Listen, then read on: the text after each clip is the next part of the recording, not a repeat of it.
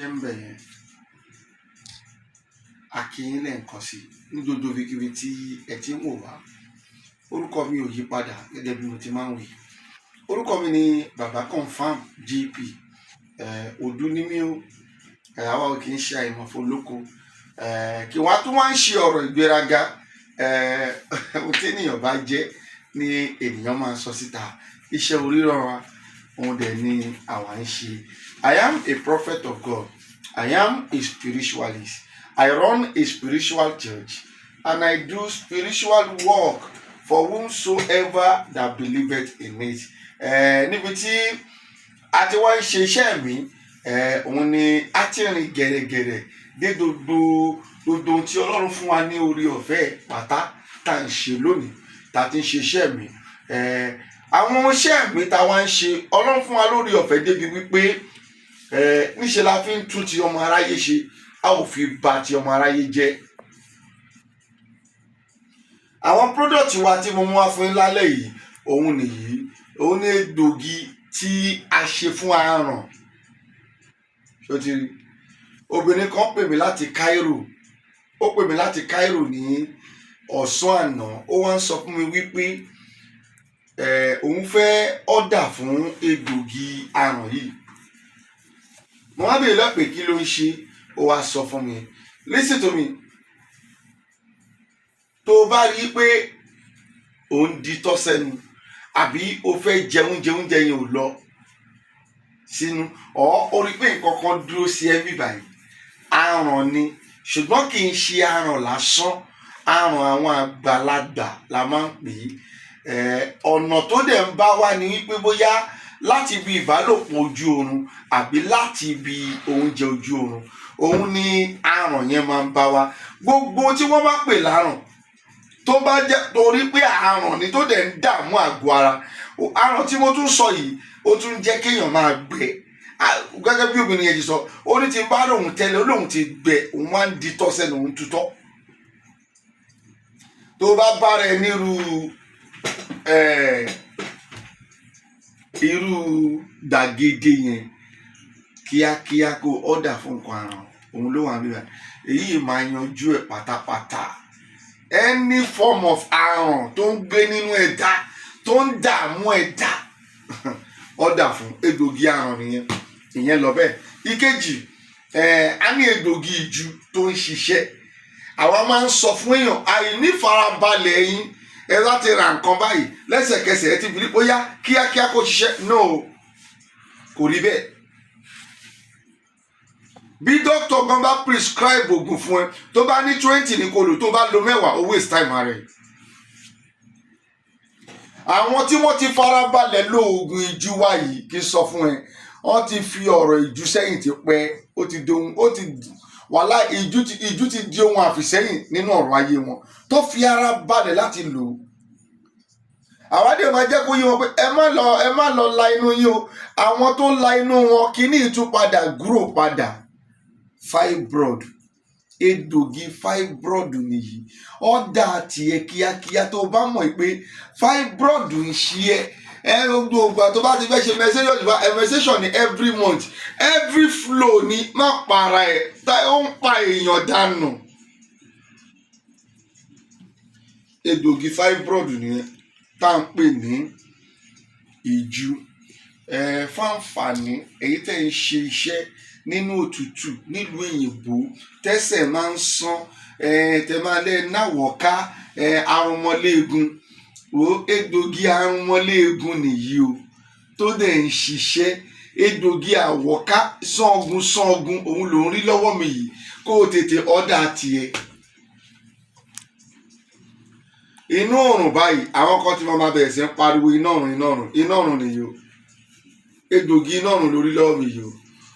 Kára máa bẹ́ pàkàpàkàpàkà, tára bá wá bẹ́ tó wá tún wá lé, ara ń bẹ́ ó tún lé. Ìmí wàá ṣe mi báyìí, ó yẹ ń bẹ́ báyìí tó yẹ fàfà, wàá máa pé ibi tó bẹ́ yẹn omi tún yọ ń bẹ̀. Nǹkan iná ọ̀rùn ti ń ṣe é.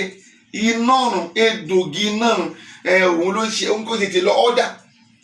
ó ń bí ara pàkà ara ẹ lé lẹ́yìn tó lé tó tún ṣomi inarun ti wà nínú láìfù ẹ má ṣe rẹ léṣe kò sóhun tó ń ṣe ẹ̀dá ìdá ó kéré àbò tóbi tí kì í pa ẹ̀dá o ọlọ́run ní jẹ́ ká rí wàhálà egbògi inarun ti wà nìyí bá mi fídíò ẹ̀ fún wọn dáadáa egbògi kòkòrò inú ẹ̀jẹ̀ nìyí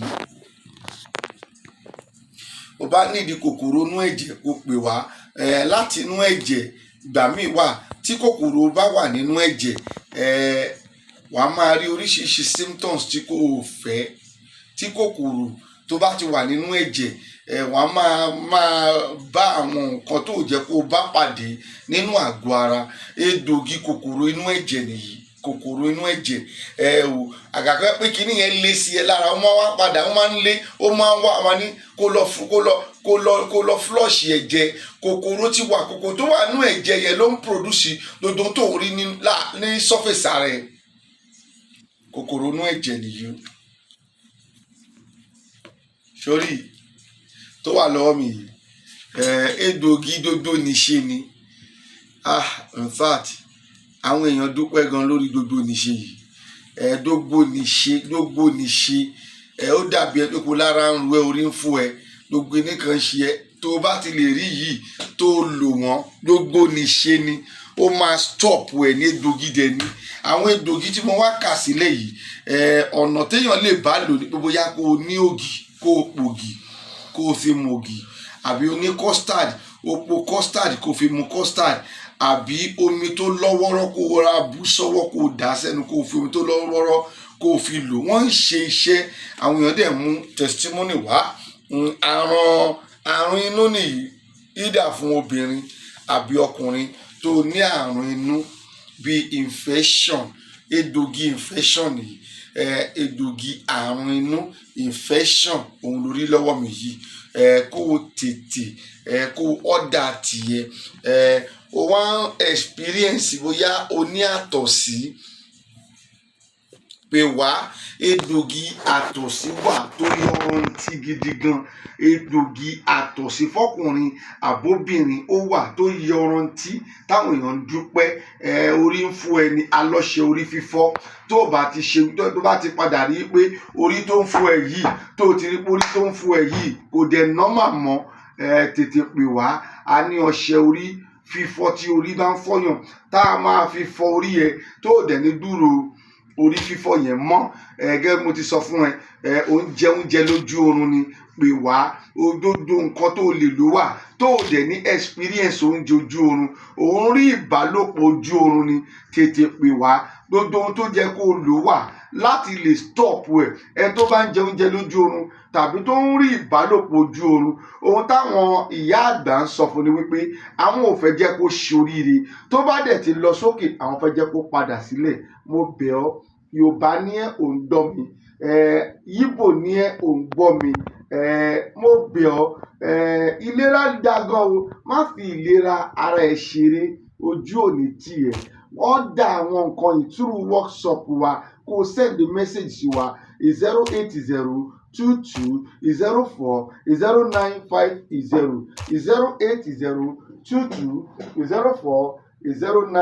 08022040950 ẹ ṣe gidigidi gan ní agbára Ọlọ́run ojú tẹ fi ń wò mí èmi bàbá confam ojú yẹn ò ní fọ́ èmi náà máa rí o èmi náà sì máa bá yín ní gbogbo ìgbà tètè ọ̀dà tìyẹ tó o bá rí gbogbo tá a kà sílẹ̀ yìí ó ń ṣiyẹ́ ọ̀dà àwọn egbògi kíákíá I am telling you you will be surprised wàá wà surprised and be marvel wàá tún ní orí ọ̀fẹ́ láti introduce wa sí àwọn èèyàn tí irú ẹ̀ ń ṣe ẹ ṣé gan ni God bless you.